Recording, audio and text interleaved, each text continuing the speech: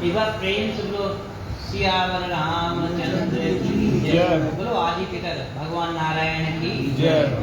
सबसे पहले भगवान नारायण का ध्यान करें। ओम शांताकारं भुजगशयनं पद्मनाभं सुरेशं विश्वाधारं गगनसदृशं मेघवर्णं शुभांगं लक्ष्मीकान्तं कमलनयनं योगध्यानगम्यं वंदे विष्णु भवभयहरं सर्वलोकैकनाथं। एक बार प्रेम से श्री विष्णु भगवान की जय। पुष्प ले लीजिए, संकल्प।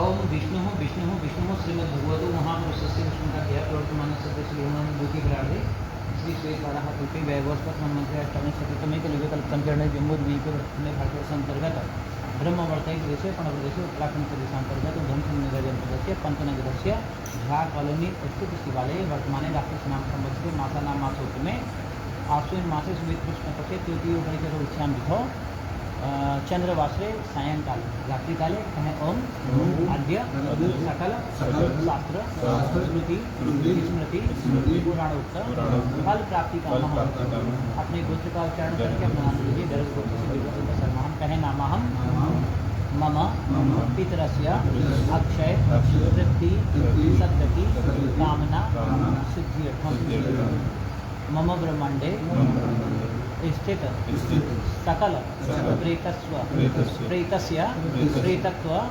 निवृत्त्यर्थम समस्त प्रेतगणस्य सद्गति कामना सिद्ध्यर्थम मम पितरस्य अक्षय वृत्ति सद्गति कामना सिद्ध्यर्थम विशेषतः भगवत प्रीत्यर्थम गरुड़ पुराण सारोद्धार तथा श्रवणाख्य कर्मस्य संकल्पम अहम करिष्यामि।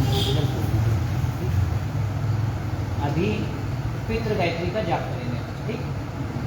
याद होगी होगी? मैं एक लाइन से बोलता हूँ, आ जाएगा। ओम देवताभ्यः पितृभ्यः महायोगिभ्यः एव च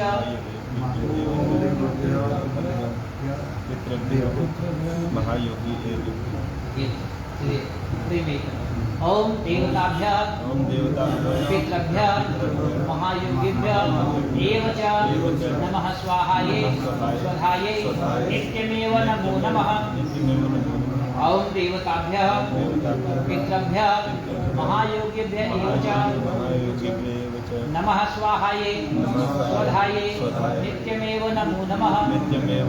ओम देवताभ्यः पितृभ्यः महायोगिभ्यः एव च नमः स्वाहायै स्वधायै नित्यमेव नमो नमः। ओम देवताभ्यः पितृभ्यः महायोगिभ्यः एव च नमः स्वाहायै स्वधायै नित्यमेव नमो नमः। ओम देवताभ्यः पितृभ्यः महायोगिभ्यः एव च नमः स्वाहायै स्वधायै नित्यमेव नमो नमः। ओम देवताभ्यः पितृभ्यः महायोगिभ्यः एव च नमः स्वाहायै स्वधायै नित्यमेव नमो नमः। एक बार प्रेम से बोलो आदि पिता भगवान नारायण की जय। गजाननं भूतगणादिसेवितं कपित्थजम्बुफलचारुभक्षणम् उमासुतं शोकविनाशकारकं नमामि विघ्नेश्वरपादपङ्कजम्। एक बार प्रेम से बोलो श्री गणेश भगवान की जय।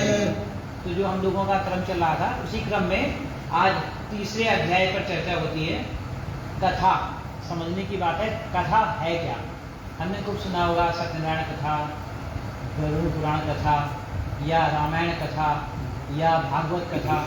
कथा का मतलब समझ लीजिए जहाँ व्यथाओं का हरण हो। व्यथा कैसी है? हमारी किम कर्तव्य विमूढ़ता पर विराम लग जाए, हमें हमारे जीवन के जीने की कला, दूसरा जीवन में आने वाली समस्याओं का समाधान जिस प्रकरण से प्राप्त हो वही कथा है, ठीक? तो यहाँ पर कथा में इस तीसरे अध्याय में जो चर्चा है वो यम यातना का वर्णन। पिछले अध्यायों में हमने देखा कि जो मृतक जीवात्मा थी, तरह आतुर काल हुआ, उसको दिव्य दृष्टि प्राप्त हुई, उसके बाद अंगुष्ठ पर्व मात्र का शरीर उसको प्राप्त हुआ, जिस शरीर से 2 से 3 मुहूर्त में यमदूत उस जीवात्मा को यमपुरी तक ले गए, फिर वहां से लेकर के आए, बांध करके रखा, और जैसे ही शरीर नष्ट हुआ दाह संस्कार के उपरांत, फिर उसके बाद उसको मलिन षोडशी के जो 10 दिन के 10 रात्र के 10 पिंड होते हैं, उनमें से 4 भाग हुए प्रत्येक पिंड के, उसमें से 2 भाग से शरीर की निर्माण हुआ, एक से प्रेत को भूख शांत हुई, और एक से जो वो थे यमदूत थे उनकी मृत्यु हुई। इस क्रम में उसको 1 हाथ का शरीर प्राप्त हुआ। उस 1 हाथ के शरीर से उसने यमलोक की 16 पुरियों 14 पुरियों की यात्रा उसने की है 1 वर्ष की अवधि में, जिसके बाद में कहते हैं कि बरसी करने की जो व्यवस्था है, वार्षिक श्राद्ध करने की जो व्यवस्था है वो होती है। उसमें आपके ऊन मासिक, षाण मासिक, त्रैमासिक, षाण पाक्षिक, इस प्रकार के जो पिंडदान हुए उनको पा करके उसकी गति किस प्रकार से थी। दूसरा, उस यात्रा में उसने किस किस प्रकार की यातनाओं को सहा, या जो पापी लोग होते हैं उनके लिए किस किस प्रकार की यातनाओं का निरूपण किया गया, इसका वर्णन था।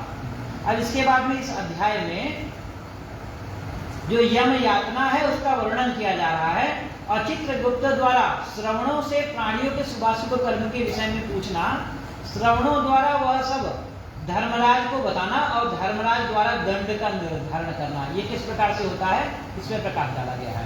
अब यहाँ पे श्रवणिया अभी आएगा ना, फिल्मों में देखा था ना, दाहिने हाथ पे एक देवदूत रहते हैं, बाएं हाथ पे एक देवदूत रहते हैं, आप पुण्य करोगे तो इसने लिख दिया, पाप किया तो उसने लिख दिया।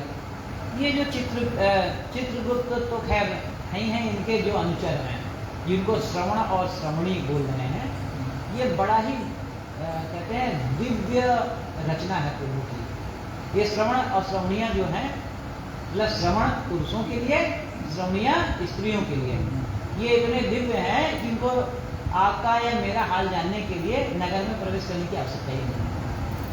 मतलब त्रिकाल दर्शन का भी सुपर अपडेटेड वर्जन इनके पास में है। तो गरुड़ जी कह रहे हैं कि यम मार्गम अतिक्रम्य गत्वा पापी यमालये कीदृशीं यातनां भुक्ते तन्मे कथय केशव। गरुड़ जी कहते हैं कि हे केशव, यम मार्ग की यात्रा पूरी करके यम के भवन में जाकर पापी किस प्रकार की यातना को भोगता है। माने यहाँ रास्ते तक की तो आपने बता दिया था, तो क्या यमलोक में जाकर के वहां पर भी उसको दंड मिलता है?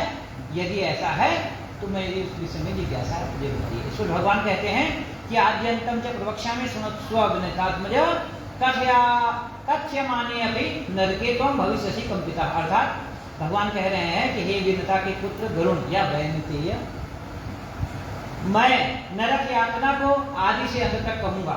सुनो, मेरे द्वारा नरक का वर्णन किए जाने पर उसे सुनने मात्र से ही तुम कापुट हो गए। हे कश्यप नंदन, बहुभीतिपुर के आगे 44 योजन में फैला हुआ धर्मराज का विशालपुर है। उनकी नगरी जो है 44 योजन विस्तार वाली है। और बहुभीति मैंने बताया ना, बहु माने बहुत सारे, भीति माने दीवारें, भित्तियां। तो जो बहुभीतिपुर है माने जो यमपुरी से ठीक पहले वाला, वहाँ पे बहुत सारी दीवारें हैं, वहाँ पे लोग रास्ता भटक जाते हैं। ठीक, वहां से यहाँ पहुंचे, 44 योजन विस्तार में फैला हुआ धर्मराज का विशालपुर। हाहाकार से परिपूर्ण उस पुर को देखकर पापी प्राणी क्रंदन करने लगता, चिल्लाने लगता, चीखने लगता है। और उसके क्रंदन को सुनकर यमपुर में विचरण करने वाले यम के गण प्रतिहार माने द्वारपाल के पास जाकर उस पापी के विषय में बताते हैं। अब यमदूत जो लेकर के आए थे, कहाँ से लेकर के आए हैं, कौन है, कहते ना, उसका परिचय उसको दिया प्रतिहारों को, द्वारपालों को। धर्मराज के द्वार पर सदा धर्मध्वज नाम का प्रतिहार माने द्वारपाल स्थित रहता है, और वह द्वारपाल जाकर चित्रगुप्त से उस प्राणी के शुभ और अशुभ कर्मों को बताता है। मतलब चित्रगुप्त अपने सिर पे नहीं रखते कुछ, वो जो प्रतिहार से द्वारपाल थे उनको बताया किसने, जो यमदूत थे उन्होंने बताया, और यमदूत का बताया हुआ द्वारपालों ने जाकर चित्रगुप्त को बताया। इसके बाद हालांकि चित्रगुप्त के पास सारी व्यवस्था है, लेकिन कह रहे हैं कि किसी प्रकार से किसी के साथ में कोई अनाचार ना हो जाए, क्योंकि वो धर्म स्थान हुआ ना। तो उसके बाद चित्रगुप्त भी उसके विषय में धर्मराज से निवेदन करते हैं। चित्रगुप्त भी खुद नहीं करेंगे, वो बताएंगे धर्मराज। तो माने पूरा फॉर्म पूरा किया हुआ है।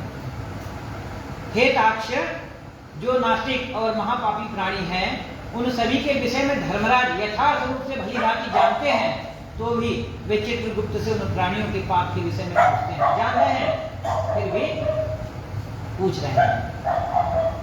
और सर्वज्ञ चित्रगुप्त भी श्रवण से पूछते हैं। अब चित्रगुप्त भी जान रहे हैं, लेकिन चित्रगुप्त भी श्रवणों से पूछते हैं। और श्रवण कौन है? श्रवण के बारे में मैं जैसा बता रहा था, श्रवण माने सुनना ना। तो इनकी जो श्रवण इंद्रियां बड़ी तीव्र हैं, और ये ब्रह्मा जी के संतति है ये श्रवण।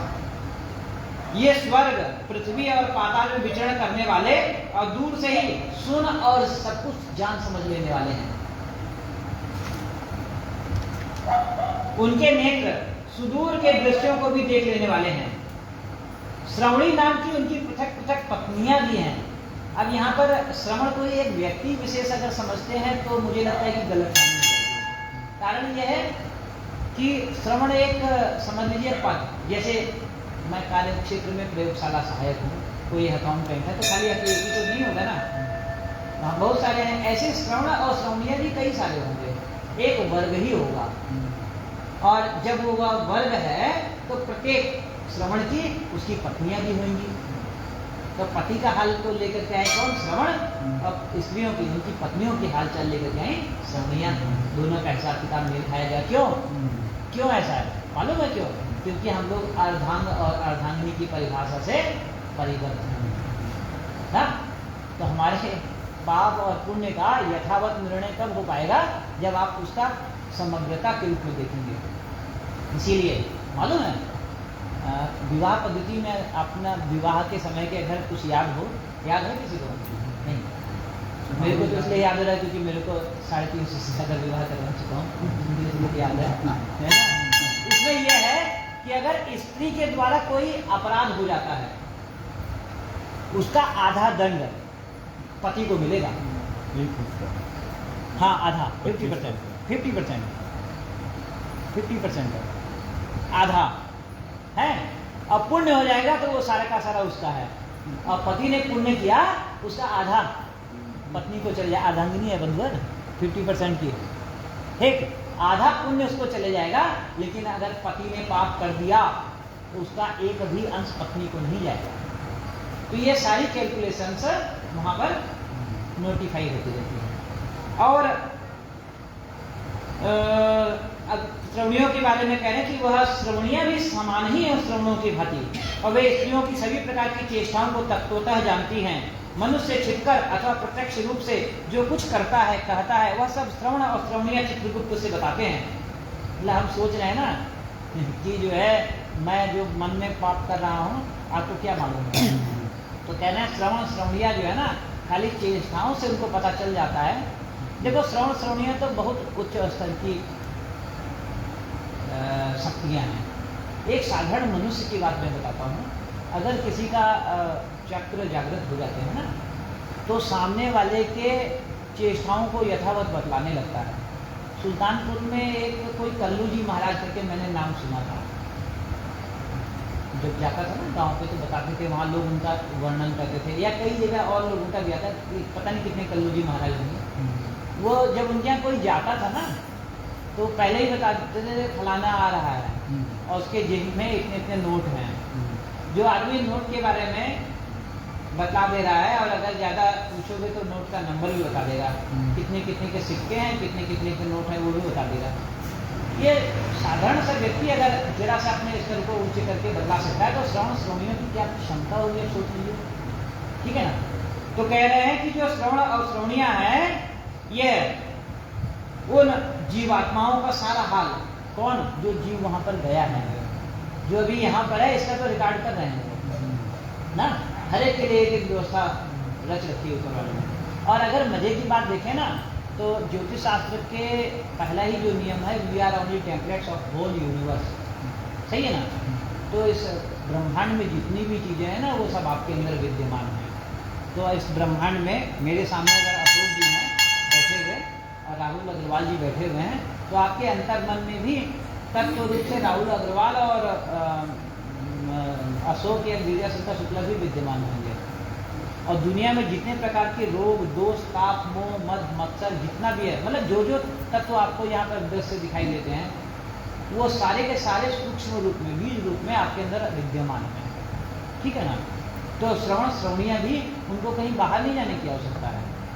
आपका कुल जो है आपके नख से लेकर सिर तक जो आपका क्षेत्र है, ठीक है, इसको ही अगर हम साथ लेते हैं तो हम सब कुछ पा जाते हैं। हमारी श्रवण और श्रवणियाँ इसी के अंदर विद्यमान है। माने कि आप एक प्रकार से अगर देखें तो सूर्य आत्मा के रूप में आपके शरीर में विद्यमान है, चंद्रमा मन के रूप में विद्यमान है। सूर्य और चंद्रमा से कुछ बचा हुआ है, आपके मन से बचा हुआ है क्या क्या गड़बड़ कर कहाँ थे ना? आप भले भूल गए हैं, आपकी इंद्रियां उनको याद नहीं रखना चाहती हैं, इसीलिए तो भूल गए हैं ना। लेकिन चंद्र के अंश से मन है, तो मन के संपर्क में जितने आए हुए कृत कर्म है वो चंद्रमा तक पहुंच गया और वहां पे पक्का हो गया है काम।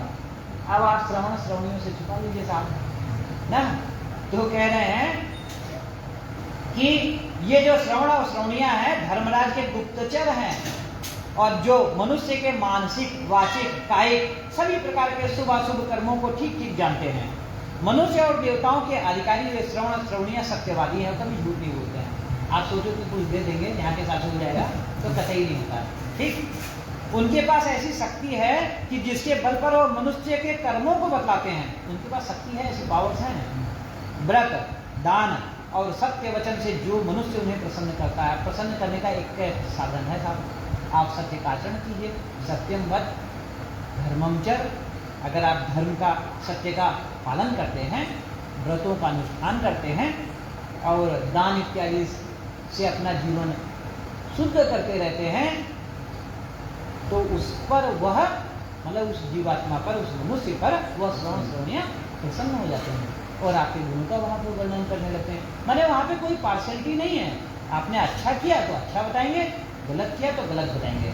अच्छे का फल भोगने के लिए तैयार नहीं है, बुरे का फल भोगने के लिए तैयार नहीं है।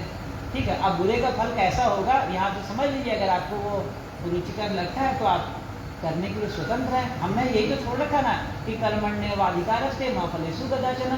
कहना बेटा तू काम किए जा, फल मैं बताऊंगा ना, फल तेरा नहीं है, काम है तेरा, काम में हमें स्वतंत्र कर रखा है। उनने जो है पूरा ये 5 कर्मेंद्रिया, 5 ज्ञानेंद्रिया, ये 10 अश्व और 10 दिशाओं में भाग रहे हैं, तो आपकी यात्रा सही पूरी नहीं होगी। अगर इनको एक तरफ साध लेंगे, मन की लगाम से साध लेंगे, तो ये आपको निश्चित गंतव्य तक आपको जरूर पहुंचा देगा। ठीक, तो इस प्रकार कह रहे जो मनुष्य व्रत, दान और सत्य वचन से उन्हें प्रसन्न करता है, उसके प्रति वे सौम्य और स्वर्ग और मोक्ष प्रदाय हो जाते हैं। वे सत्यवादी श्रवण पापियों के पाप कर्मों को जानकर धर्मराज के सम्मुख यथावत कह देने के कारण पापियों के लिए दुखदायी हो जाते हैं और पुण्यात्माओं के लिए सुखकारक हो गए। सूर्य, चंद्रमा भी बात आई थी ना, सूर्य, चंद्रमा, वायु, अग्नि, आकाश, भूमि, जल, हृदय, यम, दिन, रात, दोनों संध्याएं और धर्म कितने हो गए? 1, 2, 3, 4, 5, 6, 7, 8, 9, 10, 11, 2, 13 और 1, 14। इधर बताओ, अभी 14 लोगों का ही तो पीछे वर्णन था। अब एक एक अधिपति एक आपके साथ में विद्यमान है, कौन सा आश्चर्य भाई ना। और वैतरणी और कहीं नहीं है। अगर आप गौर करें तो वैतरणी मालूम है, आपके नाड़ियों में बहने वाला जो रक्त है यही वैतरणी है, और जीवात्मा इसी में विचरण करता है। हमारे रक्त में सब कुछ है ना। जब कप आ जाता तो सवार हो गई ना, जीवात्मा इसमें लोट मारती है, घूमती है, पूरी घूमती रहती है, स्वच्छंद विचरण करती है। और जब उसको लगता है कि अब ये जो है गड़बड़ हो गया है, तब वो सीधे धक्का मार करके निकलने के लिए सोचती है। खैर, धर्मराज, चित्रगुप्त, श्रवण और सूर्य आदि मनुष्यों के शरीर में स्थित सभी पाप और पुण्य को पूर्णतया देखते हैं। इस प्रकार पापियों के पाप के विषय में सुनिश्चित जानकारी प्राप्त करके यम उन्हें बुलाकर अपना अत्यंत भयंकर रूप दिखाते हैं। वे पापी यम के ऐसे भयंकर रूप को देखते हैं जो हाथ में दंड लिए हुए, बहुत बड़ी काया वाले, भैंसे के ऊपर समस्थित प्रलयकालीन मेघ के समान आवाज वाले, उनकी गंभीर आवाज, काजल के समान, काजल के पर्वत के समान, बिजली के प्रभाव वाले और आयुधों के कारण भयंकर, 32 भुजाओं वाले, 3 योजन के लंबे चौड़े विस्तार वाले और बावली के समान गोल गोल नेत्रों वाले, बड़ी बड़ी दाढ़ों के कारण भयंकर मुख वाले, लाल लाल आंखों वाले और लंबी नाक वाले, ऐसा भगवान धर्मराज का कहते हैं जो विकराल स्वरूप होता है। मृत्यु और ज्वर आदि से संयुक्त होने के कारण चित्रगुप्त भी भयावह है। माने अब ये इनके सहचरी कौन है चित्रगुप्त के? ज्वर और मृत्यु। अगर ज्वर आ रहा है हमारे आसपास में तो समझ लो चित्रगुप्त जो है नालचल जो है ना, वहाँ पे और सतर्क हो जाने की आवश्यकता है। इसीलिए तो कहा है अभी इसी में और आगे आएगा, ये जो हमारी शरीर है इस भवसागर से तरने वाली नौका है, इसका औषधि से, मंत्र से और आशीर्वाद वचनों से इसको रक्षा कीजिए। अगर ये सही रहेगा तो जो है सब कुछ सही रहेगा। ठीक है, तो इस प्रकार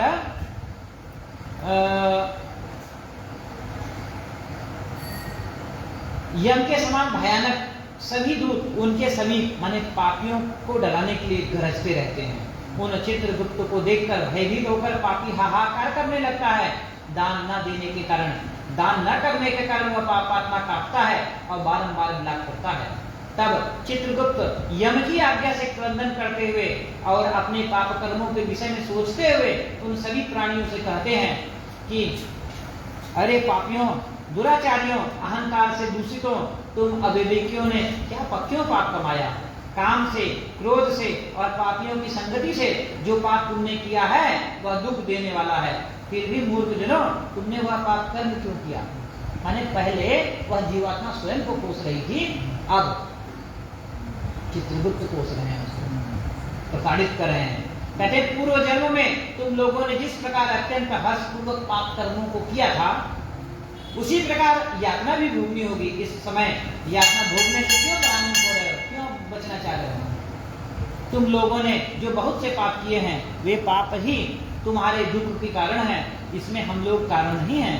मूर्ख हो या पंडित, दरिद्र हो या धनवान और सबल हो या निर्बल, यमराज सभी से समान व्यवहार करने वाले कहे गए हैं। चित्रगुप्त के इस प्रकार के वचनों को सुनकर वे पापी अपने पाप कर्मों के विषय में सोचते हुए निश्चय माने मूर्छित होकर के गिर पड़ते हैं, बैठ जाते हैं। धर्मराज भी चोर की भांति निश्चल बैठे हुए इन पापियों को देखकर अपने पापों का मार्जन करने के लिए, मतलब उनके पापों का मार्जन करने के लिए यमदूतों से दंड देने की आज्ञा करते हैं। काहे दंड दे रहे हैं? कि उस दंड के फलस्वरूप में उनके कर्मों का विपाक हो जाए और उनको जो उनका संचित पुण्य है उसके अनुरूप या पाप है उसके अनुरूप जीवन दिया जाए। अगर एक हिसाब से देखें तो सोचने की बात है कि अगर वहीं पर दंड मिल जा रहा है तो फिर ये धरती पे आकर के लोग कष्ट और सुख क्यों पाते हैं साथ? यहाँ भी तो तकलीफ नहीं है। नहीं क्यों होती है? जब सारा वहीं हो जा रहा है वहीं हिसाब किताब कर देते और वहाँ से हिसाब किताब करके सीधे मोक्ष में भेज देते हैं। उसका फिर यहाँ पर होना चाहिए, नहीं होना चाहिए। यही असली दुनिया होती है, हिसाब किताब की एक्चुअल में है क्या? आधा से ज्यादा तो यही हो जा रहा है। हाँ सुनिए, इसमें ऐसी है कहानी कि जो जीवात्मा है ना उसके मैक्सिमम ताप तो वहीं साफ कर दिए जाते हैं, ठीक, और उसके बाद में जो स्वल्प बचे होते हैं उसको भोग करने के लिए और धर्मराज हमें सदैव दंड देने के लिए पहुंचते रहते हैं। अब आप दूसरा एक मार करके देखो, एक कर्म है दीवार पे पत्थर को मारकर देखो ना, आपके द्वारा कर्म किया गया और तुरंत वो पत्थर जो है आपको वहीं पर हिसाब किताब बराबर कर देगा, वो बाद में नहीं वो करेगा।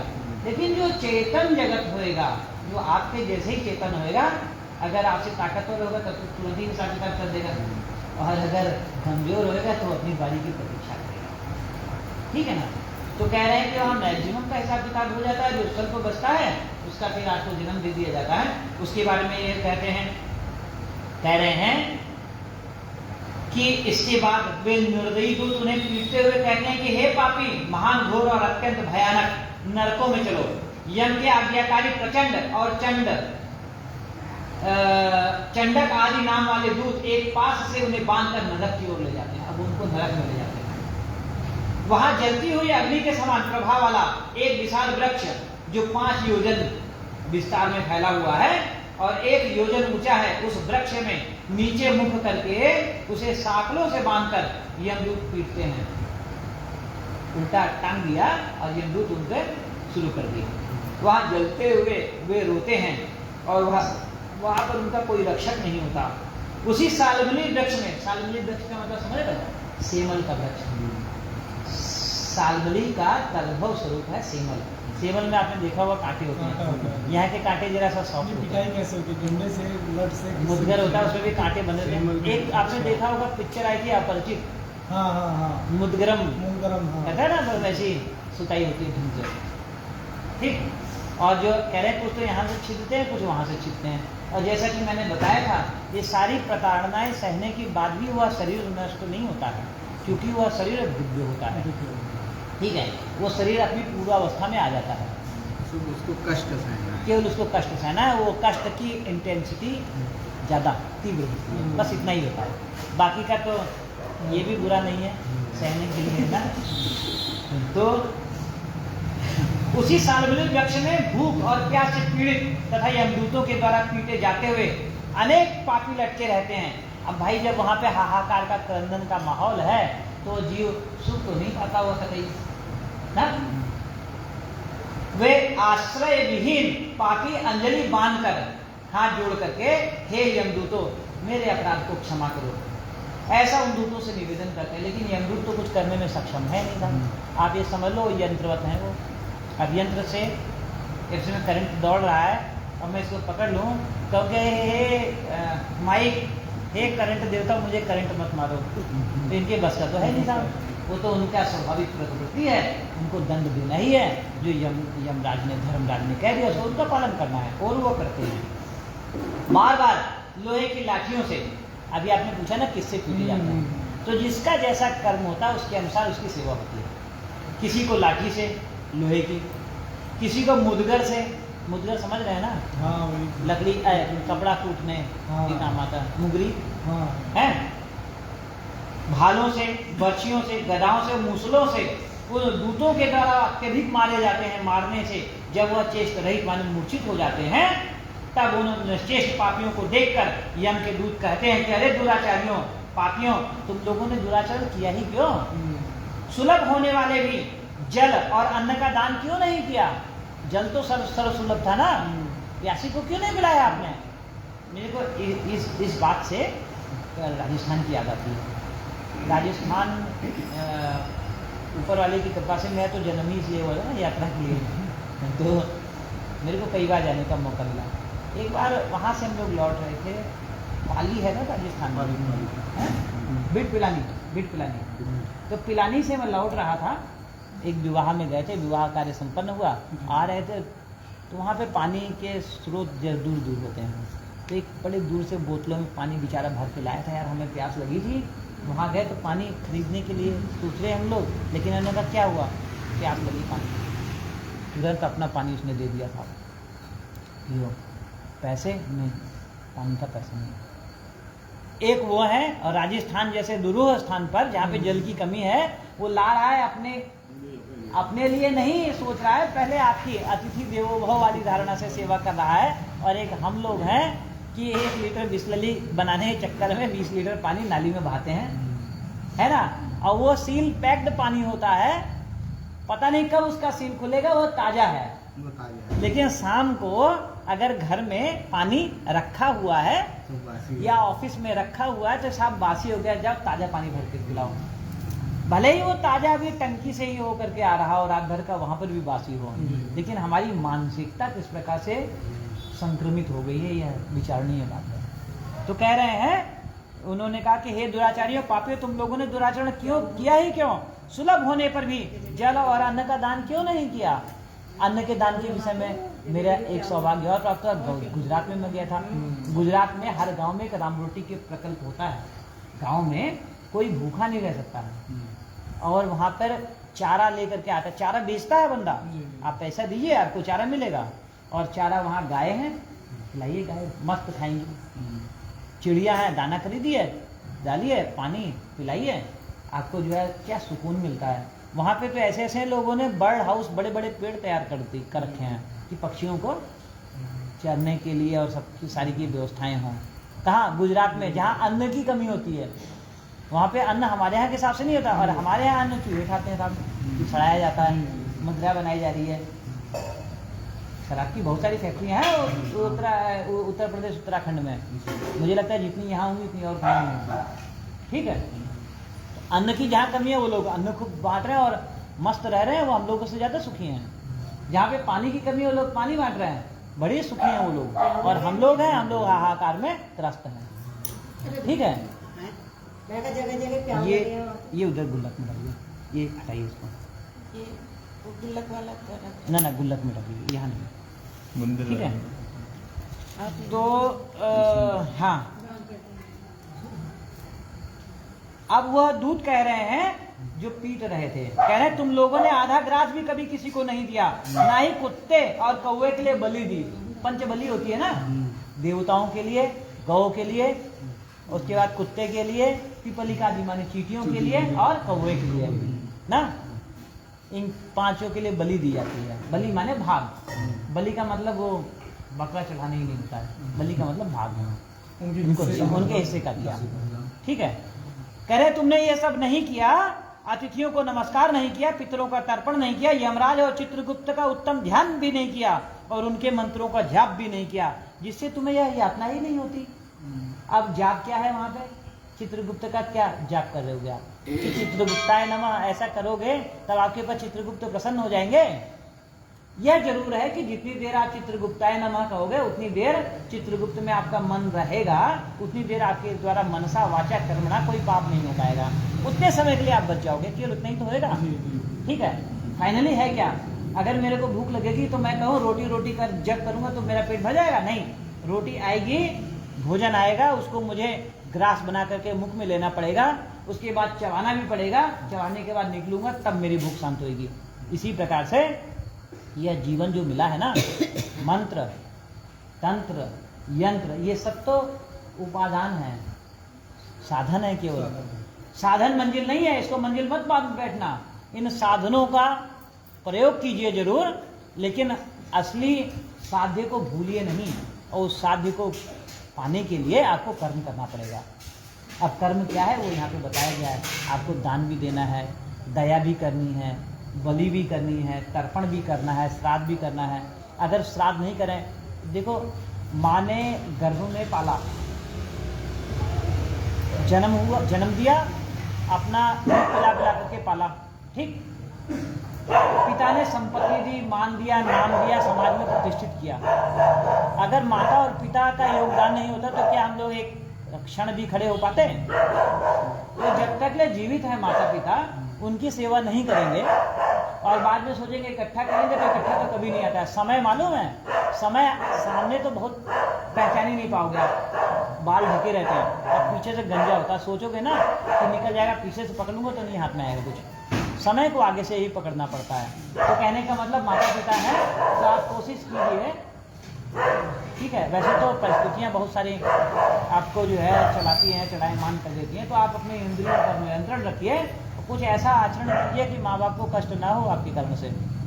इसके बाद नहीं रहे तो जो पुत्र का धर्म है, भले ही आपके पिताजी बहुत धर्मात्मा थे, मैं कह रहा हूँ सीधे वैकुंठ में गए, भगवान ने कह दिया अब तुम मेरे साथ में रहो, तुम्हें कहीं जाने की जरूरत नहीं है, लेकिन वो उनकी गति थी। मेरी गति कैसे तैयार होगी? मेरी गति ऐसे तैयार होगी कि क्योंकि मेरे पिता थे तो मुझे उन पिता के लिए जो भी मेरे लिए निर्धारित कर्म है, श्राद्ध इत्यादि, वो मुझे करने हैं। ठीक है, ये गांठ बांध लीजिए। और लोग बहुत सारे कहते हैं कि साहब गया जी बैठा रहे थे, मतलब बोझ उतारा है। बोझ कभी नहीं उतरता डियर। तुम कितना गया जी कराओ, कितना बद्रीनाथ कराओ, अगर ज्यादा ही वो रहेगा ना तो धुंधुकारी वाला हाल होता है ना, तो धुंधुकारी भी नहीं बन जाओ। हाँ, आपके मन में श्रद्धा है तो सिद्धपुर भी चले जाओ। मैं भी उस दिन कहा था ना, जैसे गया पितृ तीर्थ है, ऐसे मातृ तीर्थ है सिद्धपुर। सिद्धपुर में भगवान परशुराम जी ने माता रेणुका का तर्पण पिंड दान किया था। मेरे को सौभाग्य प्राप्त हुआ उस स्थान पे भी जाने का। ये चीटें चल तो कोई बात नहीं, कोई बात नहीं, कोई बात नहीं, कोई बात नहीं, काटने दो उसको जितना होगा काटेंगे। तो कह रहे हैं कि यमराज और चित्रगुप्त गुप्त का उत्तम ध्यान नहीं किया, ये तो मैंने बोल ही दिया। कह रहे कभी कोई तीर्थ यात्रा नहीं की, देवताओं की पूजा भी नहीं की, गृहस्थ आश्रम में रहते हुए तुमने कोई हंतकार भी नहीं किया। हंतकार का मतलब देवताओं का भाग, पितरों का भाग जो होता है इसको हंतकार बोलते हैं। यह भी नहीं किया तुमने, संतों की सेवा नहीं की, इसलिए अब स्वयं किए हुए पाप के फल को भोगो। क्योंकि तुम धर्महीन हो इसलिए तुम्हें बहुत अधिक पीटा जा रहा है। भगवान हरि ही ईश्वर हैं और वे ही अपराधों को क्षमा करने में समर्थ हैं, इसके अतिरिक्त कोई नहीं है। हम तो उन्हीं की आज्ञा से अपराधियों को दंड देने वाले हैं। ऐसा कहकर वे दूत निर्दयता पूर्वक उन्हें पीटते हैं और उनसे पीटे जाने के कारण वे जलते हुए अंगार के समान नीचे गिर पड़ते हैं। गिरने से उस सालमली वृक्ष के पत्तों से उनका शरीर कट जाता है। नीचे गिरे हुए उन प्राणियों को कुत्ते खाते हैं। वे रोते हैं, रोते हुए उन पापियों के मुख में यमदूत धूल भर देते हैं। और कुछ पापियों को विविध पासों से बांधकर मुदगरों से पीटते हैं। कुछ पापी आरों से काठ की भांति दो टुकड़ों में किए जाते हैं, माने उनके सामने आरा चलता हुआ। मैं कह रहा हूँ जिसके पास आरा चल रहा होगा तो चल रहा, जिसके सामने चल रहा होगा उसकी क्या हाल होती होगी सोच लो। खाली कश्मीर फाइल्स में आरा चलते हुए हम लोग नहीं देख पाए थे, और वहां तो सामने पता नहीं कितने के पास आरे चल रहे हैं। ठीक। और कुछ को गड्ढे में आधा गाड़ कर सिर में बाणों से भेदन किया जाता है, निशाना साधा जाता है। कुछ दूसरे पेरने वाले यंत्र में, जैसे गन्ना नहीं डालते हैं कोल्हू में, ऐसे डाल करके चरर मरर होता रहता है वहां पे। कुछ को चारों ओर से जलते हुए अंगार से युक्त उन्मुक्त माने जलती हुई लकड़ी से ढककर लोहे की पिंड की बाती धक्काया जाता है, धोखनी चल रही है। कुछ को घी के खौलते हुए कड़ाहे में और कुछ को तेल के कड़ाहे में तले जाते हुए बड़े की भांति इधर उधर चलाया जाता है। किन्हीं को मतवाले गजेंद्रों माने हाथियों के सम्मुख रास्ते में फेंक दिया जाता है, तो किन्हीं को हाथ और पैर बांधकर अधोमुख उल्टा लटकाया जाता है। किन्हीं को कुएं में फेंका जाता है, किन्हीं को पर्वतों से गिराया जाता है। कुछ दूसरे कीड़ों से युक्त कुंडों में डुबो दिए जाते हैं, जहां वे कीड़ों के द्वारा व्यथित होते हैं। कुछ पापी वज्र के समान चोंच वाले बड़े बड़े कौओं, गीधों और मांसभोजी पक्षियों के द्वारा सिरोदेश में, यहाँ सिर में, नेत्र में और मुख में चोंचों से आघात करके नोचे जाते हैं। प्राणियों के साथ द्रोह करके भरण पोषण किए गए अपने स्थूल शरीर को कुछ दूसरे पापियों से ऋण को वापस करने की प्राप्त। अब वहीं पे कुछ होता है ना, जैसे उधार ले लिया था ना, कौन देख रहा है यार, आया भी बंदा, अरे नहीं मैंने तो तुम्हें वापस कर दिया, जान रहा है कि लिया हुआ लेकिन नहीं, और अगले के मन में है कि हाँ भाई मेरा भी उधार चुकता नहीं हुआ है। अब सोचो अगर उधार देने वाला पहले चले गया तो वो इंतजार करेगा जिसको दिया था, जब आएगा तो वहां हिसाब किताब होएगा। और अगर लेने वाला पहले चले गया तो उसको जब तक ले वहां पे उनका हिसाब किताब होते रहेगा। ठीक है, वहां हिसाब किताब होते रहेगा। जिस दिन देने वाला पहुंचेगा उस समय क्या होएगा, तो वो पहचान जाते हैं कि हाँ इसी से मेरा धन लिया था। जब ऐसी स्थिति आती है तो दूसरे पापियों से ऋण वापस करने की प्रार्थना करते हुए कहते हैं मेरा धन दो, मेरा धन दो। यमलोक में मैंने तुम्हें देख लिया है, पहचान जाते हैं, मेरा धन तुम्ही ने लिया है ना। नरक में इस प्रकार विवाद करते हुए पापियों के अंगों से सरसियों के द्वारा मांस नोच कर यमदूत उन्हें वापस कर देते हैं। माने उस धन से ही तो मांस तैयार हुआ था ना, ले खींच करके दे दिया, लो तुम्हारा बराबर हो गया, ले इधर भी, अब वो उस मांस का करेगा क्या वहां पे। ठीक है, तो इस प्रकार उन पापियों को सम्यक प्रताड़ित करके यम की आज्ञा से यमदूत खींचकर तामिश्र आदि नरक, घोर नरकों में फेंक देते हैं। तामिश्र क्या हुआ, तम माने अंधकार, माने भयंकरतम अंधकार, यहाँ पे कुछ सूझता ही नहीं है, ऐसी जगहों पर फेंक दिया जाता है। उस वृक्ष के समीप में, माने उस सालमली वृक्ष के समीप में ही बहुत दुखों से परिपूर्ण नरक हैं, जिनमें प्राप्त होने वाले महान दुखों का वर्णन वाणी से तो किया जाना संभव नहीं है। हे आकाशचरीन गरुण, नरकों की संख्या 84 लाख है। 84 लाख। हाँ, उनमें से अत्यंत भयंकर और प्रमुख नरकों की संख्या 21 है। एक मजे की बात बताऊं मैं आपको, 84 लाख योनियां भी हैं, और अगर एक एक योनि एक एक नरक है तो कोई आश्चर्य की बात नहीं होगी। हाँ, तो अब ये पता नहीं कौन सा नरक होगा जिसमें गिरिजा शंकर सोचा की आत्मा विचरण कर रही होगी। ठीक, हमारी आत्मा हमें नहीं मालूम है। हमें जब सिर दर्द होता है तभी तो पता चलता है ना कि मेरे पास सिर भी है ना। और आपने कभी देखा आपको नींद लगी थी भयंकर, उसमें जैसे कूद पड़ते हो, क्यों होता है सब चीज़ें? क्योंकि आपके साथ में खेल होता रहता है वहाँ पर। दिन भर आप कहते हैं चेतन अवस्था में क्रियाकलाप करते हैं और रात में जो है अवचेतन। आपने कभी विचार किया आप कहाँ पे जा रहे हैं? जो चीज़ें दिन में नहीं पूरी हो पाती हैं उसको वो ढूंढने के लिए निकल जाता है। अगर उसको ढूंढने के लिए निकलने की अपेक्षा प्रभु के चरणों में मन लगा दे तो मुझे लगता है कि उसके द्वारा फिर अवचेतन अवस्था में किए हुए पापों की संख्या न्यून हो जाएगी। और इसी का ही तो अभ्यास करना है ना। पातंजल योग दर्शन में पहला जो सूत्र है, पहला ही कहा है कि अथ योगानुशासनम। फिर क्या है? योगा चित्त वृत्ति निरोधा। फिर वृत्ति क्या है? वृत्तयः पंचतयः क्लिष्टा क्लिष्टा भेदा। क्लिष्ट और अक्लिष्ट भेद से 5 प्रकार की वृत्तियां हैं। और प्रमाण, विपर्यय, विकल्प, निद्रा और स्मृति, ये 5 जो है वृत्तियां हैं। अब ये इसमें निद्रा भी एक वृत्ति हुई। अब इसे निद्रा वृत्ति आपको बांधने वाली है तब ये क्लिष्ट है, और अगर आपको मोक्ष देने वाली है तो अक्लिष्ट है। आपने कभी विचार किया हो, आपने गहरी नींद में सोए थे, सवेरे उठे तब फिर भी थकान, शरीर भारी भारी सा लगा है, माने वहाँ कुछ गड़बड़ हुई थी। और कभी कभी क्या होता है, आप थोड़ा सा भी सोते हैं और आपको एकदम चेतना रहती है ना, आप एकदम चैतन्य रहते हैं और शरीर एकदम हल्का रहता है, माने वहाँ पे प्रभु का संपर्क और संसर्ग हुआ है, आपको पूरा एनर्जी लेवल वहाँ से प्राप्त हुआ है ना। तो कह रहे हैं वहाँ पर ये जो 5 वृत्तियाँ हैं, उन वृत्तियों को अगर हम संभालें तो सब कुछ हमें प्राप्त है। तामिश्र, जो उन नरकों की बात वहाँ पे की गई थी, उन नरकों के जो नाम है इसमें बताया तामिश्र, लोह शंकु। लोह शंकु क्या हुआ? शंकु नुकीला होता है ना, शंकु के ऊपर टांग देते हैं, सूली बोलते हैं, वाला भी नरक एक होता है, जिसका दंड किसको मिला था? विष्णु पितामह को। 99 पीढ़ी पीछे, 99 जन्म पीछे बाल्यावस्था में कौतूहल के कारण से ये ऐसी सेम नहीं, उन्होंने सांप को फेंका था, वो 6 दिन तक कांटे पे तड़प तड़प करके काट दिया था, तो 6 महीने तक ये हुआ। मांडव्य ऋषि की बात कर रहे, सही। मांडव्य ऋषि जो थे, उनका नाम जानते हो नहीं जानते? मांडव्य ऋषि जो थे बहुत ही विद्वान ऋषि। एक दिन क्या हुआ, वो तपस्या कर रहे थे, तपस्या करते करते क्या हुआ कि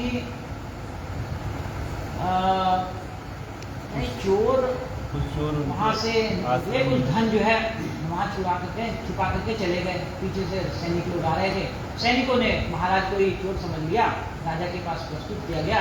राजा ने देखा और अपना सफाई देते, राजा पता नहीं सफाई सुनने के मूड में नहीं था, राजा सफाई सुनने के मूड में नहीं था। उस स्थिति में राजा ने एक तरफा न्याय दे दिया कि इसको सूली पे चढ़ा दिया जाए।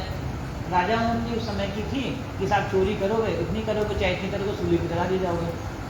उनके लिए सूली तैयार हुई, और जब राजपुरुष माने सैनिक उनको सूली के ऊपर रखते हैं तो वो अपने क्या नाम है भाव में आ गए मांडव्य ऋषि। और सूली का जो अग्रभाग था वो उनके शरीर में घुसा ही नहीं, मतलब वो सूली के ऊपर ही स्थिर हो गए। ऐसे स्थिति देखे तो जो राजपुरुष थे हाहाकार करने लगे, भाग करके राजा के पास गया। राजा भी भयभीत हो गया कि हमने किसी सिद्ध तपस्वी को हमने राजदंड दे दिया। राजा दया और क्षमा मांगने लगा। हमने कहा नहीं कोई नहीं, मुझे उतारो, कोई उतारो नहीं, ये तुमसे नहीं गलती हुई है, तुम्हारे अंदर इंद्र था ना, धर्मराज ने निर्णय दिया ना, उस धर्मराज आए पहले, तो धर्मराज का आह्वान किया उन्होंने। धर्मराज आए, कह रहे हम तो कह रहे मैंने अपने जन्मों का ध्यान है, मैंने आज तक जो है कभी ऐसा कोई कर्म नहीं किया कि मुझे उस कर्म विपाक में सूली पे चढ़ाया जाता, आपने ऐसा निर्णय कैसे मेरे लिए निर्धारित किया? तो धर्मराज ने कहा कि महाराज आपको केवल कितना 50 जन्म देख रहे थे उन्होंने, और देखिए अपने 99 जन्म में एक वो था कीड़ा, उसको कांटे से पीछे घोंस नहीं देते बच्चे, कीड़ा घोंस दिया था, उसके कारण से वो आप अभी तक तो आपका पुण्य प्रबल था, इस कारण से आपको सजा नहीं मिल सकती थी। आज जरा सा आपका पुण्य कम पड़ा तब ये सजा जो है यहाँ पे प्रस्तुत हुई है। माने किस कर्म का फल कौन सा जन्म में मिलेगा ये हमारे हाथ में नहीं है, धर्मराज निर्णय करते हैं। तो जब ध्यान दिया हमने कहा भाई बात तो सही है, फिर अब ऋषि ने तर्क रखा, कह रहे हैं ऐसा है कि जो 7-8 साल तक जो बच्चा होता है अपने मूल स्वरूप में नहीं रहता है। बाल चेष्टा बस अगर उसने कोई कर्म कर दिया तो उसकी इतनी बड़ी सजा दोगे। तूने कहा भाई कर्म तो कर्म ही हुआ, आप जाने में करो चाहे जाने में। उन्होंने कहा ठीक है, धरती पर आ जाओ, धरती पर आ जाओ और निम्न योनियों में जन्म लो और उसके बाद दिखाओ कैसे धर्म का पालन करते हो। धर्मराज को उन्होंने साथ दिया, उसके फलस्वरूप धर्मराज विदुर के रूप में जन्म लिया, शूद्र कुल में जन्म लिया और उसमें भी बड़े ही मंत्री थे वो, धृतराष्ट्र जी के भैया थे, भाई थे ना, मंत्री थे, क्या नहीं कर लेते। लेकिन नहीं, उन्होंने वहां का नमक नहीं खाया और केवल हरी सभा में एक वही थे जिन्होंने द्रौपदी के पक्ष में बोला था, फटकार लगाई थी, समझ रहे हैं। तो कह रहे धर्म की गति बड़ी न्यारी होती है। और कह रहे अनेक प्रकार की यातनाओं से परिपूर्ण होने के कारण अनेक भेदों से परिकल्पित है, अनेक प्रकार के पापों का फल इसमें प्राप्त होता है और ये यम के दूतों से अधिष्ठित है। इन नरकों में गिरे हुए मूर्ख पापी अधर्मी जीव कल्प पर्यंत उन नरकों को यातनाओं को भोगते हैं।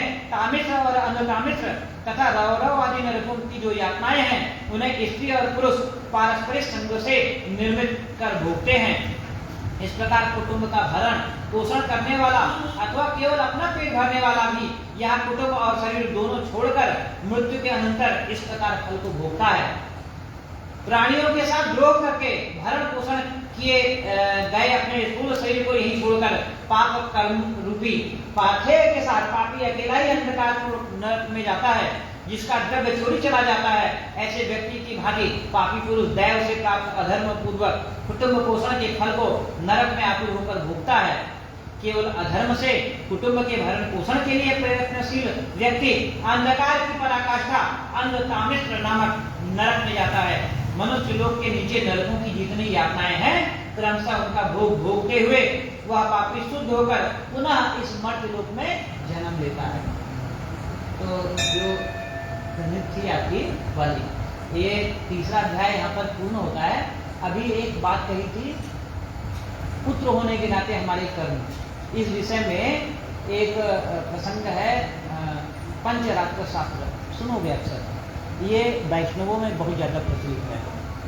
तो मुझे जिस स्वरूप में मुझे बहुत अच्छी लगी थी वो कथा, देवर्षि नारद गीता प्रेस गोरखपुर से एक संकलन है नाना प्रकार के पुराणों और महाभारत इत्यादि से इकट्ठा करके उन्होंने रचना की हुई है। तो उसमें पंचरात्र शास्त्र वाला प्रसंग लिया हुआ है।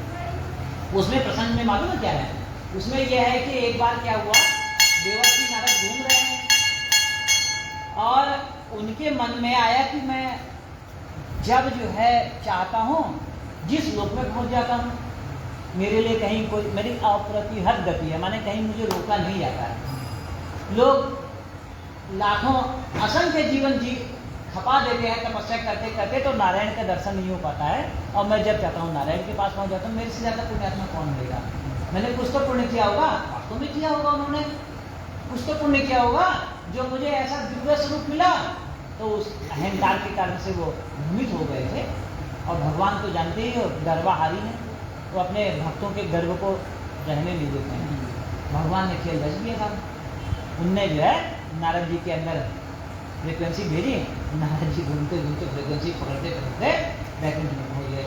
यहाँ पर क्या लिखा कि वहाँ पर नारायण को देखा और नारायण भगवान अपने कर्म में लगे थे। कर्म क्या था, तर्पण कर रहे थे और उनको तर्पण करता हुआ देख के नारद जी को ठकरा गए।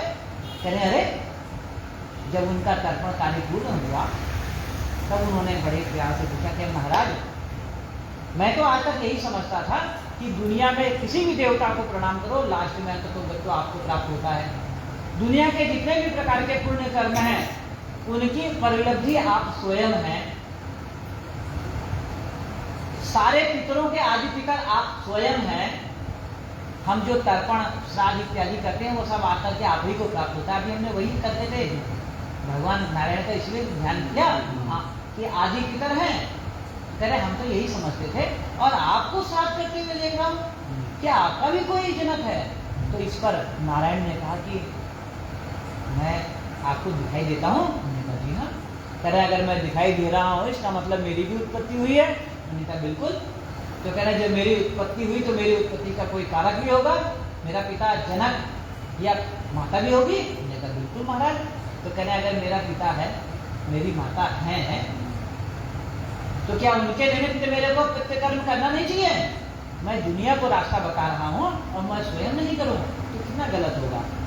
तो नारद जी को है इसको समझ में आ गया। महाराज तो एकदम सही कह रहे हैं। अब यहाँ पे इस भाव से नारायण ने बताया कि मैं स्वयं अपने पितरों के लिए कर्म अगर कर रहा हूँ और आप क्यों नहीं करोगे? लोग देते हैं ना कि अरे मैं भूखा नहीं रह पाता हूँ। अरे भाई तू जैसे रहता है वैसे कर लेना, लेकिन कर्म का लोप मत करो। ठीक है। अब वहाँ जो है कि नारद जी ने जैसा संभाली और फिर कहा कि महाराज एक विनती है। मैंने कहा क्या? कह रहे हैं कि आप मुझे इस लायक समझते हैं कि मैं आपके पितर का आपके लिए तो क्या चीज़ जो आपके लिए असंभव है? आपके लिए कुछ असंभव नहीं है। अगर आपकी कृपा प्राप्त हो जाए तो मैं आपके पितर के दर्शन करना चाहता हूँ। मतलब हम अपने आदि पितर के भी पितर के दर्शन करने के इच्छुक हैं। नारद जी ने कहा उनकी जिज्ञासा भगवान तो यही चाहिए थे बोले और मैं कुछ दिखाऊं इसको चमत्कार।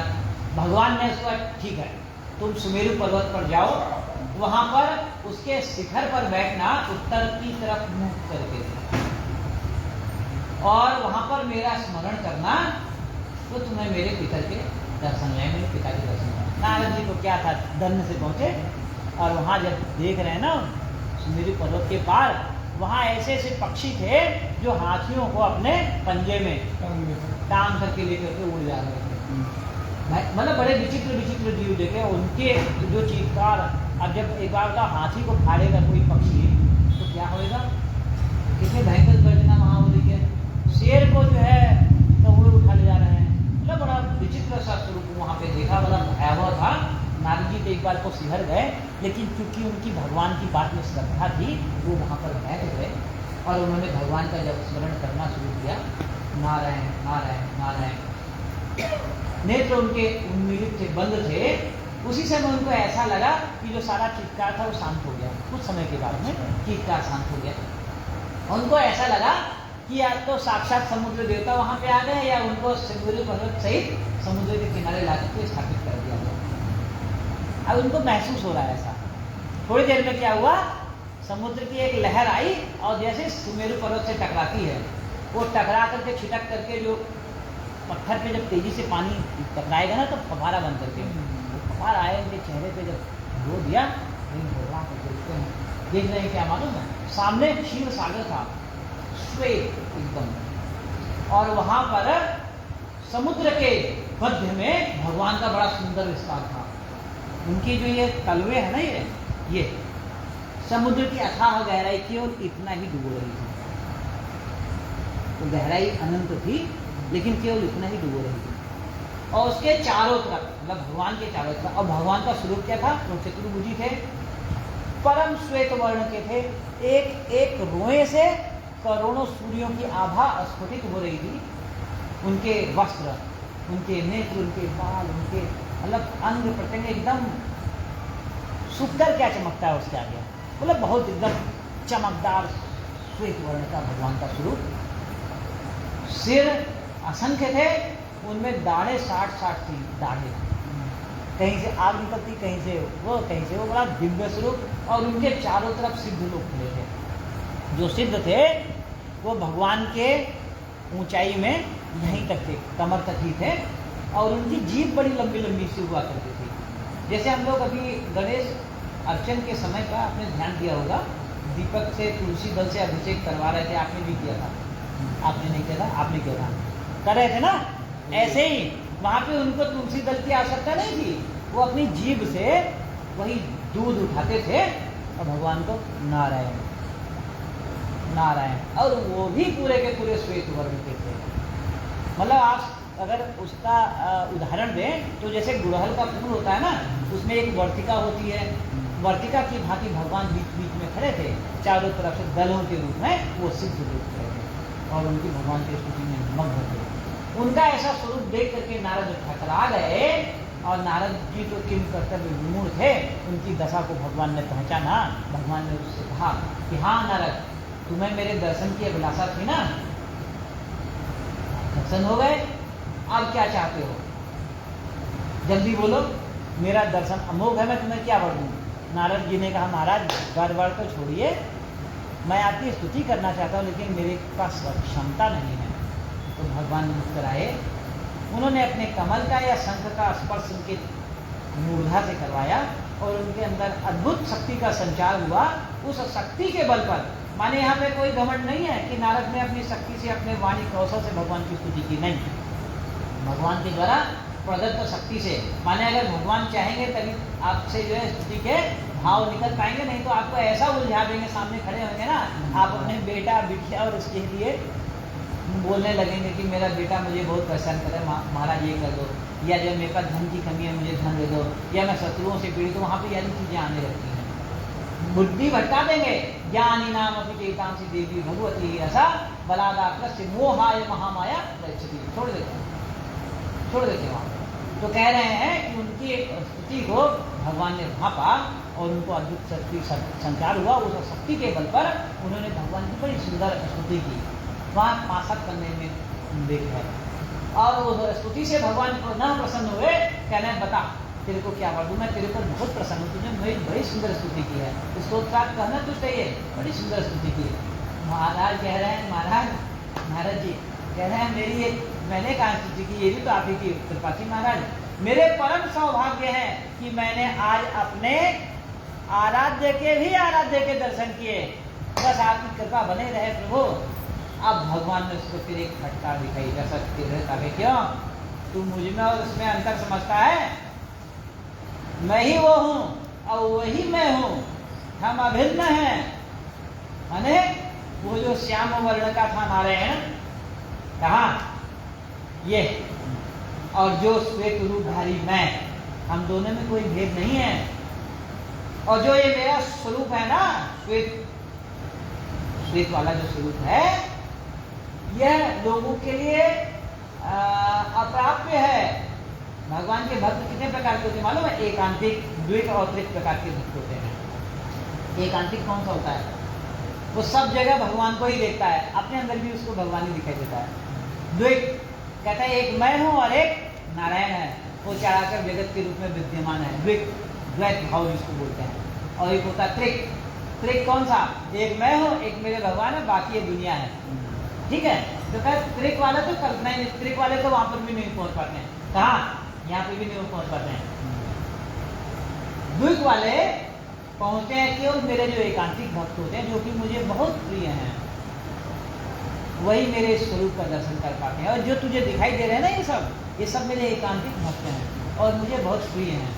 अब ऐसा है तू चले जा, क्योंकि तेरे यहाँ रहने से, क्योंकि तेरी बुद्धि में भी जरा सा झोल है, तू चले जा, कहीं तेरे संसर्ग का कारण हो और इनका एकांत का पतन हो जाए, इनके अंदर भी द्विधा भक्ति आ जाए, तो जो है मैं एकांत को खो बैठूंगा। तो तू जा और तू उद्योग कर, और मुझ में उसमें अंतर कभी मत समझना। समझ रहे हो बात को? क्या है कि इच्छा, प्रभु की इच्छा के बगैर कुछ कर्म नहीं होता है।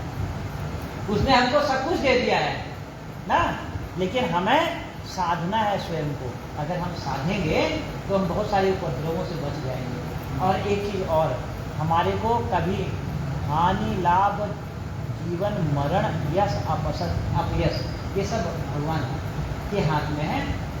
और प्रत्येक परिस्थिति में आस्वादन कीजिए, दृष्टा भाव रखिए। अगर आपने दृष्टा भाव को सिद्ध कर लिया ना, तो आपका जीवन धन्य हो गया। समझ रहे हैं? हमें नहीं मालूम है, मैं सोच रहा हूँ ना कि मेरे को जो है, मैं तो बहुत भागी हूँ, मेरे को भगवान ने यार कार दे दी है, एक रॉकेट भी मिलना चाहिए था। अब उसको मालूम है ना कि मुझे रॉकेट चले जाएगा, पता लगा अगली बार मैं ही रॉकेट हो जाऊँ ना। तुम पहले जो है तुम्हारा उसका तो सही से वो करो। मेरे पास जो भी संतति है, मेरा जो परिवार है उसका अगर मैं सही ढंग से पालन करूंगा, वो मुझे उस लायक समझेगा तो उसके लायक जीवन मुझे व्यवसाय भी देगा, और नहीं तो छीन भी लेगा। किसी न किसी रूप में छीन लेगा, किसी न किसी रूप में दे देगा। तो मेरा तो काम क्या है, मुझे पात्रता अपनी विकसित करनी है, बाकी का छोड़ दो। तो माया मोह कहाँ तक है? माया 9 दुर्गे आने वाले हैं, और एक ईश्वर है। गणित में सांख्य योग जो बोलते हैं, उसमें अगर हम बताएं तो एक ईश्वर है और 9 माया है। ये 9 आपको भटकाती है, 99 के चक्कर में फंसाए रखती है। 99 में 1 जोड़ दीजिए, क्या बचा? 100। 9 में 1 जोड़ दीजिए, क्या बचा? 10। 10 में 1 जो था वो दिखाई दे रहा है ना, उसका स्वरूप कभी नहीं बदलता है। वो पुरुष है, ईश्वर है, उसका रूप कभी नहीं बदलना है। लेकिन उसका संग पा करके माया ने अपना स्वरूप बदल दिया। क्या हो गई? 0। उपनिषदों में इसी के लिए कहा है पूर्णमदः पूर्णमिदं पूर्णात् पूर्णमुदच्यते पूर्णस्य पूर्णमादाय पूर्णमेवावशिष्यते।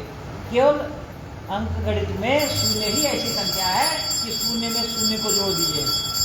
कोई और संख्या 1 में 1 को जोड़ो, 1 उत्तर होता है? नहीं होता है। शून्य में शून्य को जोड़ोगे, उत्तर 0। शून्य में शून्य का गुणा करोगे, कोई ऐसी है संख्या? 1 एकम 1 एक बार तो हो जाएगा, 2 दूनी 4 नहीं होगा। लेकिन शून्य है, प्रत्येक परिस्थिति में उसका फल जो है शून्य ही होता है ना। और यही शून्य माने जब आप ईश्वर से जुड़ जाते हैं, आपके सारे कर्म ईश्वर के प्रति आप भेज देते हैं, तो आप शून्य हो जाते हैं, पूर्ण हो जाते हैं। और शून्य को कहीं पर भी रख दो, उसकी सेहत पे कोई फर्क नहीं पड़ने वाला। लेकिन अगर किसी पूर्ण को आपके साथ में रख दिया जाएगा ना, तो आपका बल अनंत हो जाएगा, आपके आगे रहेगा तो कुछ नहीं, पीछे लगते जाएगा तो 10-10 गुना बढ़ाते चलते चले जाएगा। इसके ऊपर कपिल मुनि ने बड़ा सुंदर प्रसंग किया हुआ है। हम अगर करेंगे तो यहाँ कपिल मुनि ही चलते रह जाएंगे, इसलिए आज का सेवा यहीं की पूरी। तो एक बार प्रेम से बोलो भगवान नारायण की जय हो। तो पितृ गायत्री का पुनः 5 बार जाप करेंगे। कहें ओम देवताभ्यः पितृभ्यः महायोगिभ्यः एव च नमः स्वाहाये स्वधाये नित्यमेव नमो नमः। ओम देवताभ्यः पितृभ्यः महायोगिभ्यः एव च नमः स्वाहाये स्वधाये नित्यमेव नमो नमः। ओम देवताभ्यः पितृभ्यः महायोगिभ्यः एव च नमः स्वाहाये स्वधाये नित्यमेव नमो नमः। ओम देवताभ्यः पितृभ्यः महायोगिभ्यः एव च नमः स्वाहाये स्वधाये नित्यमेव नमो नमः।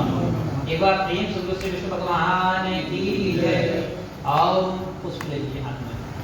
ओम यज्ञेन यज्ञमय जन्मदेवास्तानि धर्माणि प्रथमान्यासनं तेहनाक महिमानाश्च तत्र पूर्वे साध्याः सन्ति देवाः। मंत्र पुष्पांजलि समर्पयामि। एक बार प्रेम से बोलो भगवान नारायण की जय हो। चलिए जल जो है छोड़ा जाए, अपने जमीन से प्रणाम कर लीजिएगा आसन से ना।